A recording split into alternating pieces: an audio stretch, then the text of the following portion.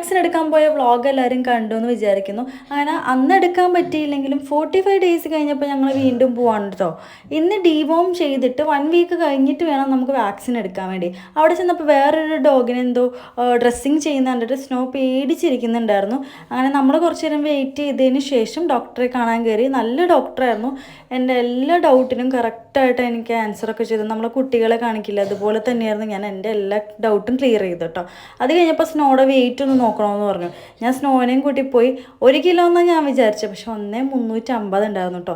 അവിടെ നിന്ന് മരുന്നും പ്രിസ്ക്രിപ്ഷനൊക്കെ വാങ്ങി ഞങ്ങൾ ഇറങ്ങി. ചെക്കൻ അതുപോലെ തന്നെ ഭയങ്കര ഉറക്കമായിരുന്നു. വീട്ടിലെത്തിയിട്ട് ഞങ്ങൾ അതാ അവന് രാത്രിയായപ്പം അതിൽ പറഞ്ഞ പോലെ തന്നെ 1.3 ml നമ്മൾ വരയുടെ മരുന്ന് കൊടുത്തു. ഇനിയിപ്പോൾ എങ്ങനെയാണെന്ന് അറിയില്ല. നാളെ മുതൽ നമുക്ക് ഒരു വൈറ്റമിൻ കൂടി സ്റ്റാർട്ട് ചെയ്യാനുണ്ട്. അപ്പം അത്രയുള്ള ഗൈസ്. ചേട്ടാ ഇനി അടുത്ത വീഡിയോയിൽ കാണാം. എല്ലാവരും സബ്സ്ക്രൈബ് ചെയ്യുക. ബൈ.